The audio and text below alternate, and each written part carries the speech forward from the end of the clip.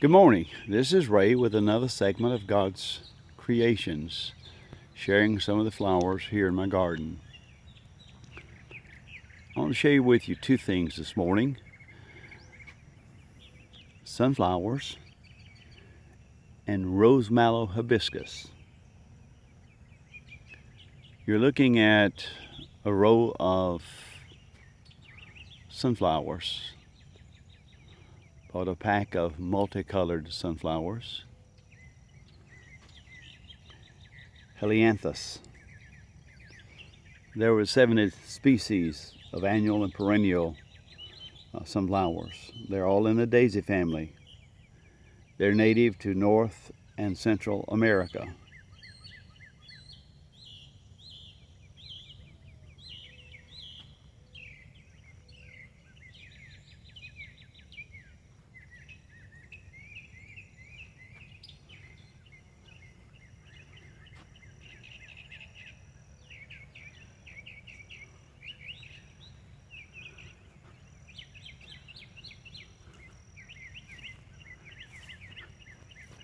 Recognize those?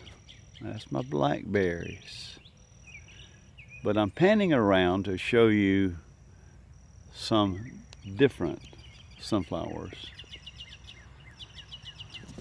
Several years ago, traveling through Kansas, it was in September, and all the sunflowers were seeded out. You know, they grow as a Kansas state flower. And I brought some seeds back, and these are some of those seeds.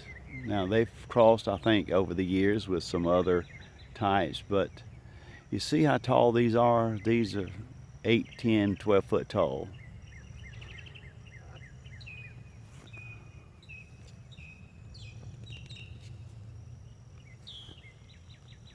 One of the unique things they say about the sunflowers is that while the head is young, it follows the sun in the morning when the sun comes up. As they get older, the flower heads begin to stiffen up and they just face the east. And I'm standing with my back to the east, and all these flower heads are looking toward the east.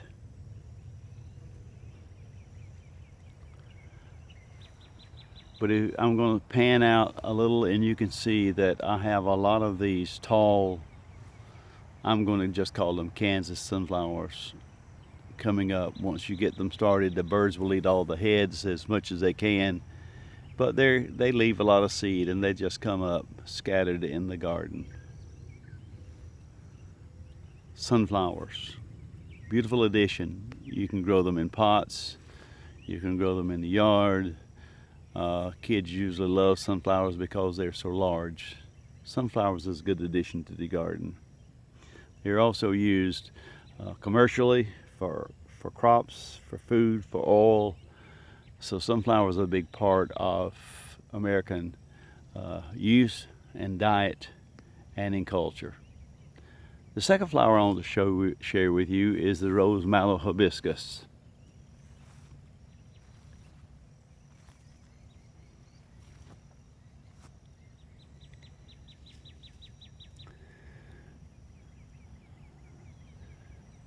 Mosquitos. A number of years ago, maybe 3 years ago, I decided to see could I hybridize hibiscus. And I had grown some of these, what we call dinner plate or hardy hibiscus, for a number of years. And I had just bought a new one called Copper Kettle. And I had some reds that I had for years, and I had bought a plum colored one. Then I had gone to a garden in Missouri and found some swamp hibiscus, Lesio carpocus. They grow very tall, sometimes 6, 8 foot tall, and I had them in the garden. And then a few years earlier than that, I had gotten a Texas star hibiscus, or coccinea. So what I tried doing was crossing all three of those flowers together.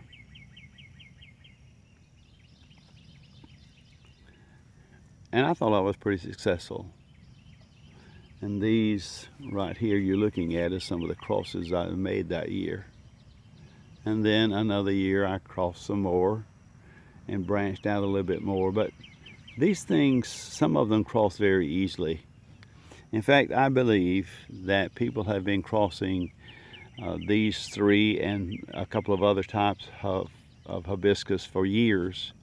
These are not your tropical ones. I'd say the Hawaiian flower of state and some others. But there are several of these hibiscus families that will cross, and I think we've been crossing them for years to get what we have here, because these are basically native, these hardy ones, to the U.S.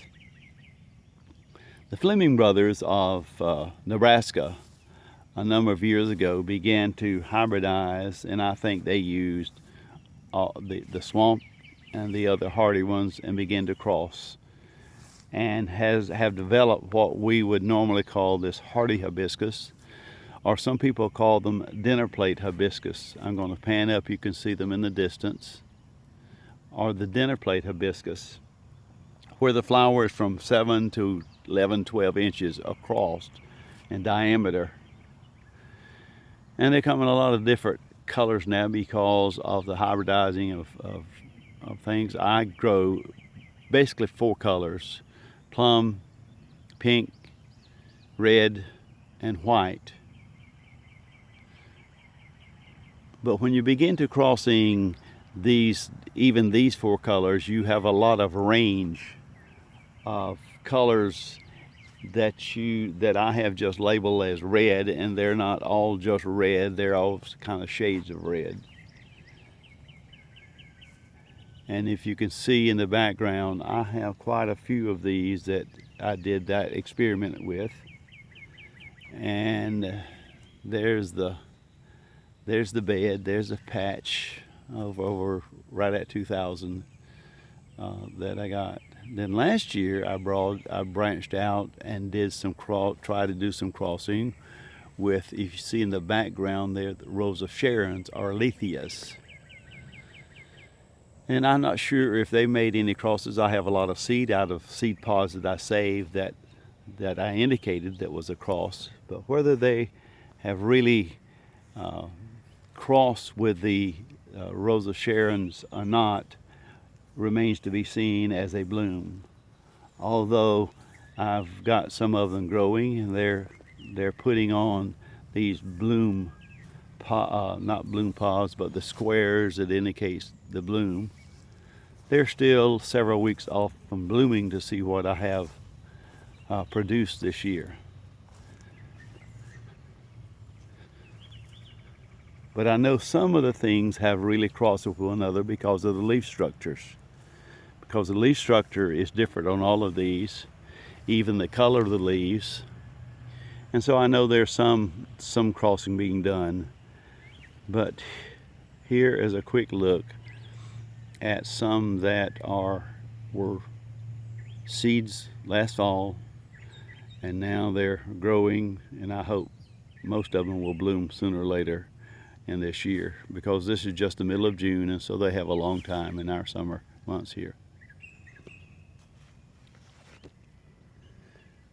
Paul says in Ephesians 6, for our struggles is not against flesh and blood, but against rulers, against the authorities, against the powers of this dark world, against the spiritual forces of evil in the heavenly realms.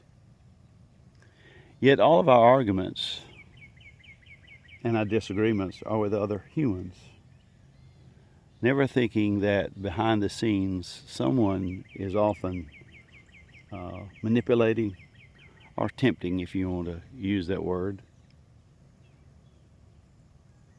God warns us through Paul that there's evil forces out to destroy all the things that God has made. in particular to destroy we as humans in relationship to Him. Beware, watch out. God bless, and have a great day.